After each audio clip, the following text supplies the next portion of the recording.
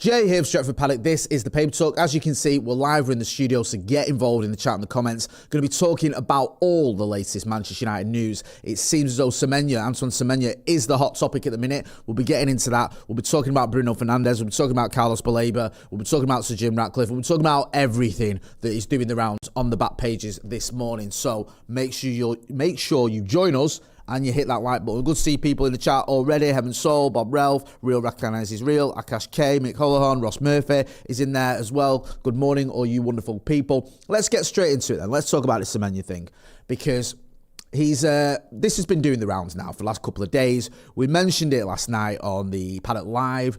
Looks like United could be sort of trying to make this move happen in January, which came as a bit of a surprise because a lot of the noise was that United aren't going to do any real business in terms of incomings in January, potentially a loan move for someone, but there wasn't much concrete evidence to support that one either. Maybe someone like Joshua Zirkzee goes out, maybe Kobbie Mainoo goes out on loan, but you didn't expect United to sign anyone. However, this whole Antoine Semenyo thing does feel like it's gathering a little bit of momentum.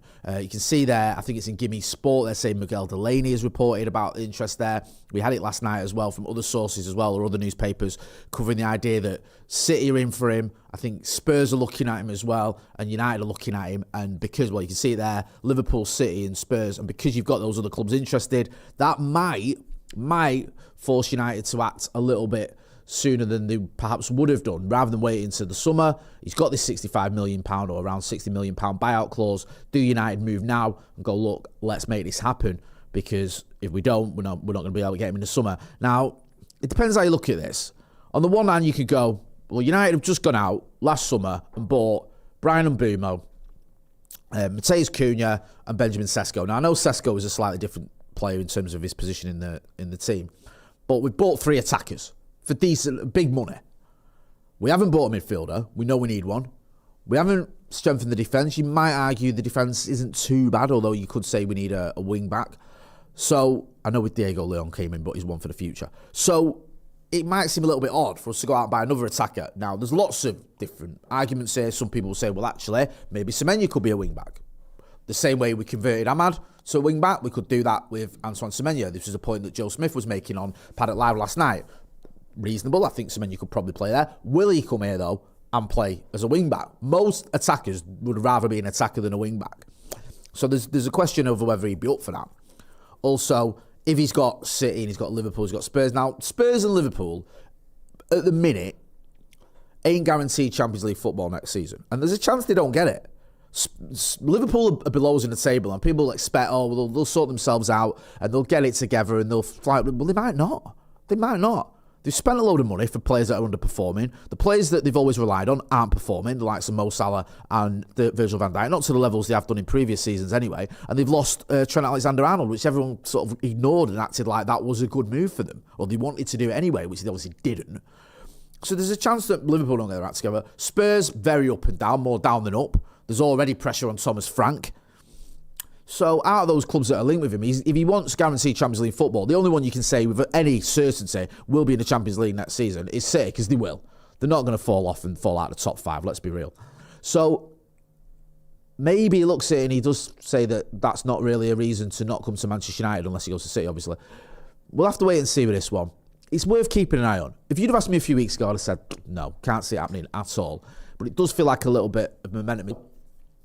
In terms of his audition, we all love to talk about auditions, don't we? We spoke about how Carlos Baleba failed his audition at Old Trafford. I'm not saying United won't still be interested in him, but he didn't play very well when United played Brighton at Old Trafford. I thought Adam Wharton did okay, not great, when we played Palace. I thought Elliot Anderson was very good when we played Nottingham Forest. If you want to talk about auditions, there's a player that really made United fans want him even more. I thought Semenyo did well at Old Trafford. Probably should have got a red card for putting his hand around Diogo Dalot's neck. But scored, played well, caused us problems, was strong, got bags of skill, and he's quick. So there's a lot to admire there from a football point of view. Could United be in for him? Could we get him? Let me know what you think. Do you want to get him? Do you think we can get him? Those are the two main questions. And we'll get into a little bit more because there's another side to this story as well. Ross Murphy says, is Semenyo an Arsenal fan? Just feel like he'll prefer to move to Arsenal.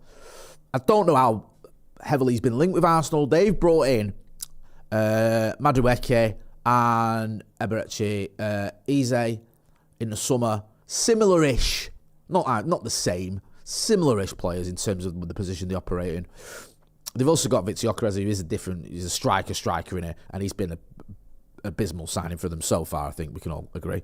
Akash K says, honestly, Jay, I would swap Xerxes for Semenyo, which is a hell of an upgrade, almost trading in a Fiat Punto for a Rolls Royce. If this deal is doable for us, then we shouldn't hesitate. I think when you talk about trade, I think the idea there would be you'd sell Joshua Xerxes and buy Semenyo. I don't think you could go to Bournemouth and say, we'll give you Joshua Xerxes if you give us Antoine Semenyo. I don't think Xerxes will go for it, and I don't think Bournemouth would go for it, because even though you might like Joshua Xerxes, he doesn't put anywhere near the numbers on the board that Semenyo does. And I don't think he'd go to Bournemouth and necessarily get them loads of goals and assists. I think he'd be a decent player for them, but I don't know if that'd help them for what they need. But if you go there and you pay the 65 million, I think it is, for his buyout clause, then that's the end of that discussion. Martin R says, every day I'd switch those two players. David Johnston says, we won't get him. If you were to ask me, I kind of agree with you there, David. Do I think Semenyo will end up at United? No. But stranger things have happened. Let's talk about Bournemouth then, because they've been apparently looking at replacements. So this was in the Mirror, and it says Bournemouth are targeting a wide forward next month as they brace themselves for the departure of Antoine Semenyo. The Cherries are powerless to stop Semenyo from leaving due to a £65 million release clause in his contract, which will be active until January the 15th. Sky Sports report that Bournemouth are already looking for his replacement. Bournemouth do very well in player turnover. I think they've made the most money, net profit, in terms of buying and selling players out of anyone in the Premier League over the last few years. I think they're operating at a surplus, if you will. They've brought in more money than they've spent by about 60, 70 million quid, I think I saw. So they're doing really well on that front. They tend to replace the players quite well. They lose players all the time. That's their MO, innit? They'll get players for 10, 15, 20 million and move them on for 40, 50, 60 million maybe. And it's kind of worked for them. It can unravel. It unravelled with him under Eddie Howe, where you can sell one player too many or not replace them adequately, and then you end up getting yourself in trouble. And this season hasn't been great for them. It's been okay, but they will be wary of losing someone like Semenyo. But they'll understand, look, he's got a buyout clause. We can't stop him going. He's going to go. If we get 65 million quid for him and we spend half of that on a player who does a decent job and maybe we can flip him as well, then that's kind of their MO. Or they might, I think the article was suggesting they might actually buy 2 or 3 players. So let's have a look. Let's wait and see what happens with there. But it does feel like the whole Semenyo leaving Bournemouth story has got legs to it. Whether he ends up at Old Trafford or not as a United player, we'll have to wait and see. Harry Ferguson, who's got a fantastic last name, says Semenyo feels like a summer transfer. Prioritise midfield. I do worry about this, right? I do worry that we are ignoring midfield. Now, if we go and get Semenyo in January, and in the summer we go out and buy 2 midfielders, then you go, fair enough. But we have to make sure we've got the money for that. And if you gave us a choice of either buying a midfielder or buying a Semenyo, I would always get a midfielder. We are desperate for a midfielder. Manuel Guy ain't the one. Yeah, I always give players the benefit of the doubt. I always back them. I think he deserved that second season, but he's barely getting off the bench, and he's just not. He just isn't. I'm sorry. I mean, look, I hope he proves me wrong. I'd love him to prove me wrong, but he's had enough time now. He's had enough minutes. He's had enough games, and you can just see he's not really that guy. Yeah, he just ain't. And I think the manager knows that. There's these pretty sort of reliable reports that the manager had a bit of a go at him at the end of last season and said, you weren't the player that I had at Sporting. I think the West Ham game last season rattled Ruben Amorim, where the guy just got bullied, didn't it? Got bullied off the ball. It led to the West Ham goal, and your guy didn't even get off the bench for the Europa League final, which spoke volumes to me. Now, I know he has played some games this season. I think, did he start the Etihad? I think, maybe. But he's been a bit part player. I don't think he's the guy. Kobbie Mainoo, the manager, has a very up and down sort of idea around Kobbie Mainoo. Maybe Kobbie Mainoo can start for Manchester United if he's got the right partner next to him. Maybe the formation gets changed. There's rumours of that happening. If we go to a 3-man midfield, does that mean Kobbie Mainoo starts?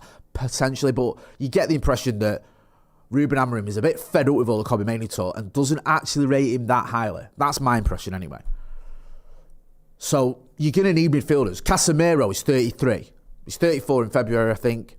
And also he can't finish games or rarely finishes games. When he gets a booking, you have to take him off because he's liable to get a second booking. Even when he doesn't get a booking, he usually comes off anyway. and at 34. Plus, you've got this Bruno Fernandes interview where he's kind of insinuated that he wants to play in Spain or Italy at some point in his career. So the suggestion there is maybe in the summer he could go because there's only 18 months left of his contract. So if Casemiro goes or he's used even less, if Bruno ends up leaving, if Manu ends up leaving or just the manager don't rate him, and if you get in up to it, that's basically all four of your central midfielders. So you're probably going to have to bring in at least two, if not more. Because I don't know how close Seka Kone is to the first team. Toby Collier has been injured. I don't think the manager rates him that highly anyway. And he caught a few strays, didn't he, the other week when Ruben Amorim was talking about the academy. So we'll have to wait and see. Let's talk about Bruno Fernandes a little bit more. Bruno Fernandes bombshell. Bruno Fernandes bombshell could be the transfer wake-up call Manchester United need. So this is an opinion piece. I quite like these opinion pieces in Manchester Evening News. I think they're better than the so-called news stories that they cover, where they'll have a little bit of news and it's opinion. So it's basically talking about the Bruno Fernandes interview that he's given, where he insinuated that the club didn't really want him to stay, that he could have gone to Saudi. And also, as I mentioned earlier, he did say that he would like to play in Italy and Spain. This is a wake-up call for Manchester United. United need to, I think the gist of this article is talking about, what is life like after Bruno for Manchester United. United have got to go big in the window, in summer, sorry. We've got to go big in terms of midfielders. That's got to be a massive priority. And replacing someone like Bruno Fernandes, if he ends up leaving, is going to be difficult to say the least. For me, easily our best signing post Alex Ferguson. I don't even think it's a debate. Plays every week, finishes more or less every game, scores goals, gets assists, is the skipper, and I think his numbers speak for themselves, his performances speak for themselves. I love Bruno Fernandes. I'd love to see him stay at Manchester United for the rest of his career. I think he can play well into his 30s, into his mid-30s. He's 31 now. I think you get another 3 or 4 years out of Bruno Fernandes, I do. But Manchester United might feel differently. Bruno Fernandes might feel differently. And the fact he was talking about winning things in Italy and Spain as well is worrying. Because this wasn't just saying, maybe one day I'll go to Saudi. Which you think at 31, 32 even, is he going to want to go to Saudi? I don't think he will. But if he's going to go to Spain or Italy, he might want to do that sooner rather than later. It says it in the article. United must start thinking about their own future and preservation if Fernandes is to leave at the end of his season, or in 2027 when his contract expires. The Reds need to make a plan for his replacement. For a long time, the plan seemed to revolve around Kobbie Mainoo. Doesn't anymore though, does it? Not under Ruben Amorim anyway. I'd be very surprised if Ruben Amorim's looking at Kobbie Mainoo as someone he wants to build his midfield around. So United need to act. One player we could act with is Carlos Baleba. I think we've got a story here about him. Gone a little bit cold on it with Carlos Baleba. Says it here in the Mirror. Carlos Baleba addresses the rumours. I'll be priced out of a move for Baleba in the summer because he would have cost 100 million. Baleba has played a full 90 minutes just once in the Premier League this term, looking all but indispensable under Fabian Herzl last season. The youngster pushed back on the notion United's inquiries had anything to do with his form this season, though he acknowledged things aren't the same as they once were. I don't think it affected me, but I had a lot of pressure on me, he said during an interview ahead of his AFCON involvement. When I started this season, I wanted to have the same performances as last season. Every day I tried to work hard and to get back to my level. Did I put too much pressure on myself? Yes, I think so, but I think that's good. Let me know what you think about Carlos Baleba. Let me know what you think about signing another player who could go to the AFCON. It's weird, the AFCON. When is the next AFCON in the winter? Is it? Someone was saying in the chat it was 2029, so maybe that's not as much as a consideration. I don't know. Let me know. Let me know what you think about Carlos Baleba. He's not having a great season, is he? He's just not. Now, you can say, look, his head's been turned, but even if it has, it's still worrying. He's had 2 very good seasons at Brighton. This season hasn't been good enough. Would United be justified in spending big money on him? Has his value gone down? Could we get him on the cheap? Say on the cheap. For about 60 million or whatever. Let me know what you think. Jem says, I'd rather not get Baleba. Paul D. Gill says, Fab saying Baleba is at the top of United's list is a false flag. I think United will go for Anderson. Casper says, Baleba getting his price down. He's got a good agent. Avoid Baleba, Jay. Avoid, says Mick Holohan. Sounds like a warning to me personally. Avoid him if you see him. Avoid him. Sam Marvel says, Arsenal have a lot of attackers. That is helping them win matches. Fair enough. He also says we need players like Semenyo in our team. Ads says, people are saying sign 2 centre midfielders. Doesn't that just block Cobby anyway?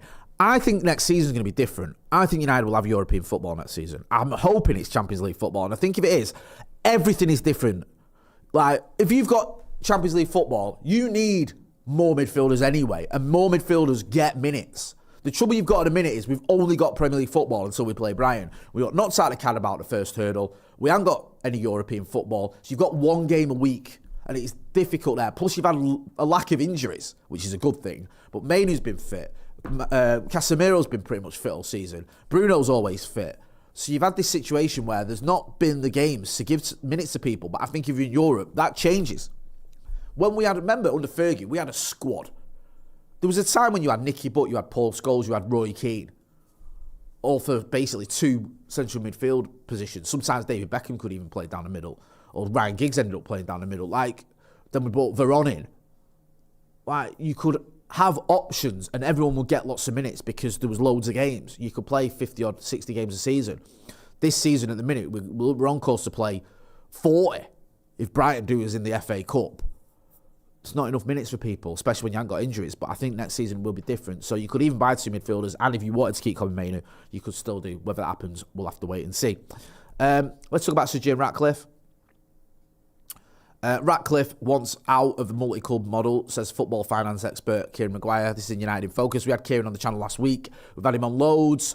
And then he's saying that basically, I think Jim Ratcliffe wants out of owning multiple clubs.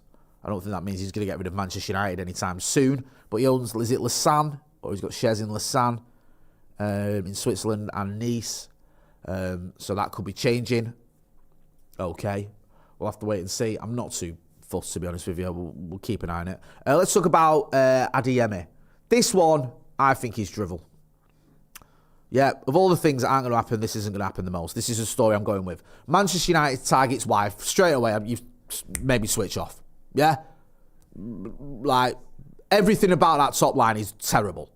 Manchester United target wife is behind his plan to quit his club in 70 million transfer because she wants to live in a major European city. Shut up. Yeah? Just shut up. So, we'll get into this. Don't forget what I told you. I think this is meaningless. Karim Adeyemi is believed to be ready to push for a move away from Borussia Dortmund, with his wife the catalyst for any potential transfer. He's under contract until 2027. United said to be one of those interested in prying the German winger away from Dortmund, and he's understood to be pushing for a release clause of around 70 million. What's that mean? He's understood to be pushing for a release clause of around 70 million. All right, sorry. To be included in his contract's extension, paving the way for an exit. Maybe eventually. It says there that German media outlet Bild have reported that Loredana wants her other half's next move to be a major, or to be in a European metropolis, or in other words, a major city in Europe. Well, excuse me. Most of the big clubs are in major European cities anyway. You could go to Bayern, you could go to any of the London clubs, you could go to one of the Milan clubs, you could go to Barcelona, you could go to Madrid. Like, that's meaningless for starters. And like, look, Newcastle's a big European city. You might not like it, but it's actually a decent night out. It is a big European city. That's just nonsense. And also, Adeyemi, right? And he had a bit of a stinker this season. Like, let's have a look at some of his numbers. I remember looking at this and being completely underwhelmed. Let me have a little butchers here now. Because we've been linked with him a little bit, haven't we? It keeps coming up, this story. I've been linked with him. I think he's had a bit of a tiff with the manager as well. 3 goals since September. Producer Harry's just shouted to me there. Oh, sorry. 3 goals. I wanted to just go through, yeah. So I'm looking. Well, that doesn't seem right. Because I'm looking now. All of which came in November. Eh? What? Third paragraph down. Having scored just 3 goals since late September, all of which came in November, right? So I'm looking. He's played twice since he last scored. Played 80 minutes against Hoffenheim, and he played a minute against Freiburg in the Bundesliga. I mean, 4 goals and 1 assist all season in 14 games. It's not terrible, but it's not amazing. And it's certainly not to the point where I'm thinking, oh, what, we need to go and get him. He's 23, he ain't a kid. And we are tainted a little bit. I know it's almost irrelevant, but every player we've bought from Dortmund is kind of flattered to deceive. Or not even flattered to deceive, just been pants. Jadon Sancho was arguably, pound for pound, one of our worst ever signings. Mkhitaryan did okay in his first season, but was never the player we thought he was going to be. Shinji Kagawa scored a hat-trick, didn't he? Was it against Norwich? Was it? But didn't really live up to the expectation. I feel like I'm missing someone. Not been great. He's okay, but he's not that good. I don't think we should get him, regardless of what his missus thinks about moving to Manchester. I mean, who cares? Chris says, Jay, my favourite United fan. Thank you. Ole's transfers. This is just depressing, isn't it? Right, basically, Ole Gunnar Solskjaer, right, has named the players that he wanted to get. He wanted to get Declan Rice. He wanted to get Jude Bellingham. He wanted to get Erling Haaland. And for a multitude of reasons, we couldn't get him. Now, the only one I'm not really annoyed with is Jude Bellingham, because we did try and get him. We pulled out all the stops when he was 16. We took him at Carrington. He met Fergie. He met, I think, Eric. I think he might have even met Brian Robson. We spoke to his dad, who was heavily involved in his career. We tried to woo him. He thought, or his family thought, or whatever, that the move for him was Dortmund, because he's going to get more minutes. It was a better stepping stone for his career. And look, I would always advocate anyone signing for United. You could argue that worked out well for him, and that was probably the best move. He went to Dortmund, did really well. He was unlucky not to win a title there. I think they missed out by a point on the last day of the season, his last season there. And then gets a big money move to Real Madrid and wins the Champions League. I know they're having a bit of a poor season by their standards this season, but he's won, the big one there. So I get it. Rice we should have got, and Erling Haaland. Jesus Christ. Ollie on Stick to Football said how there was like 2 occasions we could have got Haaland. One when he was managing him, where he told United, get this kid, he's going to be special, and we didn't. And another one when he was the manager at Manchester United, where he said, let's go and get Erling Haaland, and we didn't. Utterly pathetic, that. Absolutely pathetic. Things would have been so much different had we bought Erling Haaland. But we didn't. Now he's at City, and he's probably going to help them to another title. Mint. I'm going to wrap it up there. Make sure there's a link in the chat. You're checking out the merchandise. I'm wearing some of it. There you can see. You can support the channel and get some really top quality merch. Click on the link in the description. We're going to be back later today. We're off the bye. We've got me, Howson, Joe, McCullough. We're going to be having a little podcast chatting about all things Manchester United. So if you're not doing so already, make sure you are hitting like, share, and subscribe. I've been Jay Motty. This has been the Paper Talk. Thanks for watching.